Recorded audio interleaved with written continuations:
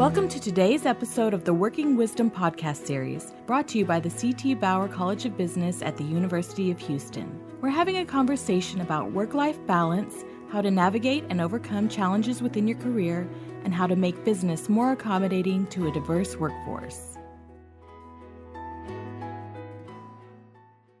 Hi, this is Jamie Belinne, Assistant Dean at the Bauer College of Business, and I'm here today with Jane Borochoff, the Executive Director of the HEART program here in Houston. Welcome, Jane. Thank you for having me. So, Jane, to get things started, tell us a little bit about the HEART program and the work that it does. Well, the HEART program is a nonprofit organization based in Houston, Texas. We work with adults who have intellectual challenges. So people who may have Down syndrome or autism or other intellectual challenges. Maybe they were in special education when they were in high school, but now they're adults. And where can they go to continue to receive education, job training, and even employment? So those are the areas where HEART focuses on providing those opportunities for these individuals. And so what types of things do they do when they're working with HEART? Oh, well, it's so fun at HEART because we have the most, I think, the most fun jobs available. So the first thing we started doing was a job training program around vending machines. And who wouldn't want to work around chips and candy bars and Oreos and M&Ms and, all that good stuff. And we have granola bars and bottled water and energy drinks and all kinds of great stuff. So it's a lot of variety. But it's a lot of fun, and they learn so much from doing it because it's not just about stocking a vending machine. It's about learning the inventory, how to requisition the products that they're going to need, shipping and receiving when, a shipment comes to the warehouse, and how do you receive that, and customer service when you're servicing the machine and a customer walks up and they have an issue, how do you handle that? And so that's a lot of fun and creates a lot of jobs for the individuals. Right now, our nonprofit organization is managing over 90 vending machines throughout the region. We have some large accounts like Yellow Cab and Anheuser-Busch, some larger companies where we do their vending, but we also work with a lot of not-for-profit organizations and schools to provide their vending as well. And what's great about it is it gets these individuals out in the community, working in the lobby of your business, your break room. And so they get to be really part of the real world and have a real job. And that's always been something that's important to the HEART program, as well as important to me and our clients at HEART. From there, we just decided to have even more fun with our jobs, and we started doing concessions. Now, it started out just, taking the chips and the bottled water that we would sell in a vending machine and trying to sell it across the counter and teach our clients, more customer service and how to make change and things like that. Well, that program has just really grown. And so now our trainees work at every single Houston Rockets basketball game. They work at every single Houston Texans football game. They work at the PGA Tour Houston Open, once a year when it comes to town. They work at the In Bloom Festival. They used to work at the Free Press Music Festival. So they have lots of opportunities to work at some of the biggest and best events in town. Again, out in the public, working and interfacing with, anyone who bought a ticket to a Rockets game. They might buy their popcorn from someone with Down syndrome. So it's really incredible to see. That is really awesome. So I have to ask, how did you get the idea to start this program? Well, for me, this work is very personal, and it's a personal passion. My oldest stepson has intellectual challenges. He was born completely typical, but when he was 3 years old, he contracted an illness that left him in the hospital for several years and was basically in a medically induced coma where the doctors really didn't know if he was going to live or die. And every time they would bring him out of the coma, he would have seizure after seizure after seizure. So they would have to try a medicine, and when it didn't work to control the seizure, they would put him back in a coma. And this went on for a number of years until they found an experimental medicine that would help control the seizures. But by that time, Bradley had lost so much of his development, had suffered so much brain damage, and continues to have seizures to this day. So, now he's an adult and he does take medicine to control his seizures, but he was in special education in school. And when he finished high school, we were all wondering, now what? Where is he going to go? Does he live with us forever? Can he get a job? Can he go to college? What are the options? And in looking at the different options for Bradley, one of the things I realized is that there's just not enough choices and not enough options for these individuals. When I graduated high school, I had so many choices of things I could do, or jobs I could apply for, or colleges I could apply for. And then after that, the choices just grow with more career opportunities or different things. And for these individuals, there's just not that many options for them. And so that's sort of how it all came about. I started working with other parents and other teachers and community leaders and just trying to put together what a program could be. And we all knew that education was very, very important, and continued education, because there isn't a special education college or university. And so that's very, very important for them. But also job training and employment opportunities, there's not enough out there. And one of the things I'm most proud of with Heart is I feel that because we focus on preparing them for their jobs and getting them out there in the public, that when the public interacts with them, they see what they can do. And I'm hoping that over time that will open up more people's minds about hiring them and create more opportunities, beyond what Heart will ever be able to do in the future. So it sounds like y'all have done a whole lot, whether it be with vending with different companies, concessions, like you said, all over the place. And I think a lot of people have seen you working at concessions and not understood the program that they were interacting with, which is nice. I think you are raising awareness. What are the limits? Because it sounds like there's got to be a lot of demand, not only for people to be trainees in the program, but also to take advantage of the services of the program. What's limiting you right now? Well, as an organization, we're limited by lack of awareness and lack of funding. I think those are the two biggest challenges probably any not-for-profit organization would face. You're absolutely right, Jamie. We have a long list, over 14,000 people who are now on a waiting list for the Heart program. Last year, we were able to serve 99 individuals. The year before was 96. So we are growing, and our goal this year is to serve over 100 individuals. But with 14,000 on the waiting list, it's very, it just weighs upon everyone at Heart that we have to do more, and we have to grow, and we have to be able to help more people with our successful programs. And on the other side, because the programs have been so successful, we do have employers who want more Heart trainees to work in their companies. So we have companies that want more of our vending machines. We're working in one booth at a Rockets game, and the Rockets have asked us to take on another booth, basically doubling the amount of jobs we could do there. We have a partnership with Papa John's Pizza that they would like us to basically triple. So here we're turning away, individuals who want the training, and we're turning away jobs. And the only thing that's really keeping us from connecting the people to the jobs is the training. Because if they could go straight into the job and be successful, they wouldn't need Heart. And so that doesn't happen because they do need some type of training that Heart provides. And what's holding Heart back from providing more training is lack of funds. And so it's this big challenge that we face about, how can we raise more money and get more donations? And it all goes back to then raising awareness, because if people haven't heard of you, they're never going to donate money to you. And so how do we get the word out about what we're doing? And so those are the things that I focus a lot of my time and energy on, is just trying to get the word out and trying to make a compelling case that this is something worth donating to, worth contributing to. That's wonderful. So if you're bringing in money for the vending and the concessions, I know that the laws allow people to pay people with disabilities less than the minimum wage. Where is the money going that you're getting in?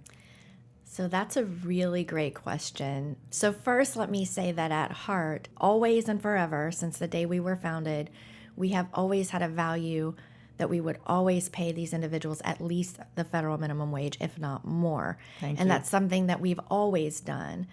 And that's part of why we set out to do new and innovative type of employment options, because, people that are not nonprofits can run a vending machine operation, or run a Papa John's pizza stand, or run a concessions and make money doing it. So in our model, we try to do the same thing, and we just use the money to, pay these individuals a fair wage, as well as, bring in the special education teachers and the unique expenses that we're going to have in our model. But we've never accepted work that we didn't believe would support paying someone at least the minimum wage. Now, what you're talking about is true. There is a federal law that dates back to the 50s that says that it is legal to pay people with intellectual disabilities less than the minimum wage. So right now, the federal minimum wage is $7.25 per hour. And there are companies and organizations who hire people with intellectual disabilities and pay them less than that. There was a recent study that was done on, I believe it was NBC, where they found some organizations that were paying people, and it worked out to 16 or 20 cents per day. And they would work, full 8-hour days in a warehouse doing a lot of work. And it's a complicated reason of how that came to be. But, it came from a good place. It was a good intention because the idea was, well, these workers might work more slowly. So why should they get paid the same as someone who doesn't have the disability? And then there's a formula for, well, how do you calculate how slowly they work and how do you divide minimum wage by some number to get what their wage is. But I think just over time, what's happened is that since they don't have to pay the federal minimum wage, some of these organizations aren't trying to either. And they have just created their programs around a model that doesn't support that. And so if you try to change that, they may not be able to, quite frankly, and a lot of these people would lose their programs. So you have advocates on all sides of the issue, but with heart, our approach has been to just never go down that road and just to try something new and try a new approach and see if it would work, and so far it has. That's great. We're going to take a break right now, and we will be right back with How Do They Do It? Join the conversation. Bauer College's Working Families Initiative is bridging the gap between industry and academia to create a conversation on how organizations can make the workplace more family-friendly.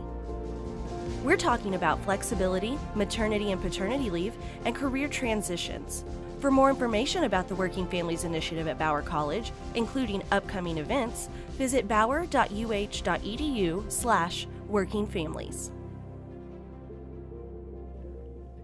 Welcome back. We are with Jane Borochoff, the Executive Director of the HEART Program for How Do They Do It? And Jane, we've talked a little bit about your program, and I'd like to talk a little bit about you because your story is pretty interesting as well. So the HEART Program's been around for how many years now? We just celebrated our 12th birthday. Yay, happy birthday. Thank you. And so you also were recently named to 40 Under 40 to watch. How old were you when you started this program? I was not yet 30 when I started the program. And of course, now I'm over 40. But it's been quite a journey. And I love that because we have so many young people at the college, and many of them are in their late 20s who have grand dreams about how they can change the world because they see problems and they want to have impact. And I love seeing someone who, as a young person, saw the problem and took action. And I'm sure it was a lot of work, especially as a young person that didn't already have like a whole lot of money and a whole lot of political clout to begin with. How did you build up that backing to get started? Well, when I think back to starting the organization, I think for me, the key was, as a nonprofit organization, you have a board of directors. And we started with 3 people on the board, which is the minimum required by law is to have 3 people. But we had 3 really talented, excellent people. And our founding chair of the board was someone who had served on huge boards in town. So he had been on the board of the Port Authority. He had been on the board of the Sports Authority, and his name is on every stadium in Houston pretty much because he worked on those projects. And he ran manpower projects for the county for years. And so, he knew about employment and job training. And so he always gave me advice from day one to think about the organization, not the way it was, but the way we were trying to build it. And so with that perspective, it really enabled us to put some foundational things in place that even though we were young and we didn't have money and we didn't know people and they didn't know us and people really didn't understand what we were trying to do, we were putting the building blocks in place that would enable us to be successful in the future. And, one example of that is, every time we would just write a check for anything or pay a bill, he was adamant that we would set up all of these procedures. And it was funny because it was just me, and him and like one other person, but we had to have a different person open the mail and a different person, record the mail and a different person go to the bank with the check and a different person write the deposit slip. And we had all of these, procedures that were really, we could have looked at it as that was bogging us down and taking up time. And there were definitely moments when I felt like, why are we going through all this red tape and it's just us? But when it came time to have an audit, we passed with flying colors. When it came time to, write for a big grant, we were very lucky in 2010 that the Houston Endowment granted us $250,000 to grow our vending machine program. But we were prepared for that, even though we were a brand new organization with a young team, because of the leadership that the board of directors provided to put us in a place to be able to compete for those grants by having those processes in place, just like a huge organization like the University of Houston would have, or a huge organization like, the Port of Houston Authority would have. So I think that was one of the keys, is just finding people to serve on our board who are willing to put the time in, give advice, coach, mentor, and also get their hands dirty. Come in and help me fix a vending machine when they broke, or, come in and help us paint and carpet our building because we didn't have the money to do it. We had to really just, get volunteers and just get a group of people together. And, the initial board of directors and the advisors really did that for us. So you talked about the importance of having a board of directors and people more experienced to kind of advise you and guide you as you go through the process. But it really does take a lot of people to make the organization successful. And I know you have an active volunteer program. Tell me more about how people can get involved in HEART to help out if this is something that they feel is worthwhile and useful in the community. At HEART, we love volunteers, and we have hundreds of people every year that come and volunteer with us, and it's just so incredible and so amazing. And our clients learn so much from just interacting with them. Even if they only come for a 4 or 5 hour shift, I don't even think sometimes the volunteers realize the impact that they have on somebody who just wants to show someone what they can do, and is so proud of them and wants to show them, that they can do this job, because so many people in the world, and I know this from my stepson, when we go to the grocery store, we go different places, and I see how people in the public just sort of look at you differently or walk away from you or just don't know what to say. And so when we have these individuals and they're working, for example, at a Rockets game, and they're doing a great job, to have a volunteer right there that sees that and sees them, they get so much pride from that, and it's so impactful. So we love having volunteers. And the other thing that's great about having volunteers is that the more volunteers we have, the more events we can do. So even if we don't have enough staff or funding to, let's say, have 2 booths at a Rockets game, if we have enough volunteers, we can do it. And then that creates more jobs for our trainees. So it's very easy to get involved and volunteer with HEART. The best way to start, I would think, is just to check out our website, which is www.heartprogram.org, which is HEART program.org. And there's a link that you can sign up to volunteer, and you can fill out, it's just a short kind of questionnaire. We want to know if you're over 18, because some of the events that we like to have volunteers for have alcohol, and so the state law is you have to be over 18. And we want to know, do you like indoor events, outdoor events? Are you comfortable cashiering and handling money? Do you want to do office work? What are the things that you're really interested in doing? Because we have pretty much everything. and then we have a volunteer coordinator, and she'll get in touch, or I'll get in touch, and we'll get something scheduled. the best opportunity that we have that's really kind of our main focus is to help out at Rockets games. The Rockets have been playing so great. They're going to be in the playoffs this year. They were in the playoffs last year too. And so there's a lot of home games, more so than if they weren't in the playoffs. And that creates more job opportunities for our trainees, but it just means we need more volunteers. And kind of the way it works is the Heart program has a booth at the Rockets game, and we try to do everything in that booth. So we, do the customer service and the cashiering, but we also make the popcorn and, the nachos and all the different, food items, make the drinks, pour the beer, kind of do everything that's involved in that booth. And most of the things the trainees, we've trained them to do, and they're able to do it and it's their job. But there are some things that not all of them can do. And the primary one is, the cash registers, and it's just so fast paced, at the Rockets games. And so we love to have volunteers that can come in and adopt the booth for a game and get, a group of 5 to 7 people to come out and kind of adopt the booth and handle the cash registers. And then we do everything else. And we kind of pair people up, with one of the trainees so they kind of have a buddy.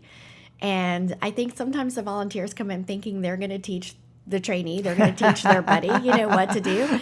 And sometimes it's the other way around, because the trainees work there every game. Mm-hmm. And so they know their way around the booth and they can tell them, no, it's not over there, it's over here. But I think some of the feedback that we've gotten from volunteers is that, for people who like this type of opportunity and want to help someone, this is a great volunteer opportunity. Because unlike some opportunities where you might be sorting clothes or sorting food, but you never actually see the person you're helping that's going to benefit, from those donations, with this volunteer opportunity, you're side by side the people that you're helping, and you can see in real time how your help is making a difference and how you're helping to change someone's life and improve, what they know about how to work just by being there. So the feedback that we've gotten from that has been really incredible from the volunteer perspective, as well as, from our perspective and from the trainees' perspective. Plus, it's a lot of fun. I mean, to volunteer at a Rockets game or a Texans game, those are really, really fun volunteer opportunities. But they're hard work too, I will tell you. It's on your feet, But as tired as we might be standing for 5 hours, and then you see someone with an intellectual or physical disability side by side and they're not tired and they're, continuing to work hard and continuing to have a positive attitude. I mean, how can we let them down, when we're there to support them? So it's a lot of fun, and we definitely love and need more volunteers for sure. I have to say, I've volunteered a few times, and yes, we got together several people from my office, and a lot of us brought our partners as well. And I have to say, we came in with the mindset of, we got this, we can help these trainees. And it was humbling. It was very humbling for us because the trainees, they knew their stuff. We were overwhelmed because none of us had ever worked in concessions before. Mm-hmm. And there was an adjustment period where we realized we were not as smart as we thought we were with all of our advanced degrees. When people are coming at you with all these different special requests and you're trying to work the cash register. And so we had an adjustment period. The trainees kind of helped us through that. And then I have to say, their work ethic was so inspirational. And when it was all over, we went out the last time and we were like, if everyone had that kind of work ethic, it's amazing what we could do in this world, because they had such a positive attitude towards work and so pleased to be adding value. It was just very inspirational. And you do get to know the person that you're working with. And I have to admit, because it was the group that we had, we got a little competitive. Maybe that was just me, because it was this whole thing over who could upsell the most. Because we figured that was the one piece of value we could add, was like, you want some fries with that? You want you want a large size drink with that, just to kind of see who could get the largest cash register receipts, because we knew that would go back to benefit the program and the trainees. And based on that, of course, I won the first time. And so we all had to volunteer again to see if we could change our standings the next time. So now it's just gotten to be a fun thing that we can do as a group. So I do recommend it as something that a group of friends can do, coworkers can do. And if you are a college student over 18 that isn't in a place where you can financially support a program like HEART, being able to support with your time is a great way to add value and get something back for yourself in terms of the experience. Definitely. And I think, just seeing exactly what you said, how hard the trainees work and how much they love their jobs, it really helps, I think, all of us put life in perspective in a way and think about what's really important in life. I know from just, my stepson Bradley at home, so many times he would want to do something around the house. Like, for example, I'd be vacuuming, he'd want to vacuum, and I'd think, no, I'm not going to let him vacuum because I'll just have to do it again. And, he might vacuum over the cord or vacuum over something and there'll be smoke and it'll be, a nightmare. Or I'd be mopping the floor and he'd say, oh, I want to mop the floor. And I'd think, no, he's going to knock over the mop water. He's going to do this. And so I didn't even realize how much of the time I'm telling them, no, don't do this. No, don't touch this. No, stay away from that. And at heart, that's the opposite of what we do. We're telling them, here, it's your job, go mop, here, sweep that up, clean this up, put this over there. And of course, we have to do the training and teach them how to do it. But they become so proud that it's their job and they know how to do it. And, at the end of the night, everyone's telling them they did a great job because they did. And it really is just so impactful to see that and realize that you were part of that just by volunteering, that you gave them that chance to be successful in their life. So one last question for you. You talked about when your board first was advising you, they said, imagine where you're going to be, not where you are. Where do you want to be? Where do you want Heart to be long term? We want Heart to really be a model that could be replicated across Texas, across the country, and potentially across the world. Every community has vending machines. Every community has concession stands. Every community has people with intellectual challenges. And so we want to show that this can be done, and these individuals can learn to do a job and can work and can earn a valuable paycheck and can contribute back into their society. And, I don't like the idea that we're going to just be this small program that's going to help 100 people a year. And we'll never be able to grow the organization large enough to help every single person in the world that would want this program. So for me, I think what the future needs to be is just being a model and showing people how they can do it too. And hopefully inspire others to come up with even more programs, new ideas. It doesn't have to be vending machines or concessions. That's what we did. But the fact is that these individuals can learn and can work. And we have to create more choices, more opportunities. Just like we have more choices in our lives, they need more choices in their lives. Jane Borochoff, Executive Director of the Heart Program, thank you so much for joining us today. Thank you. Thank you for listening to today's episode of the Working Wisdom podcast series from the C.T. Bauer College of Business, brought to you by the Working Families Initiative. The initiative aims to provide support and access for women in business school and the workforce, and to generate research that organizations can use to implement policies and standards to benefit a diverse workforce.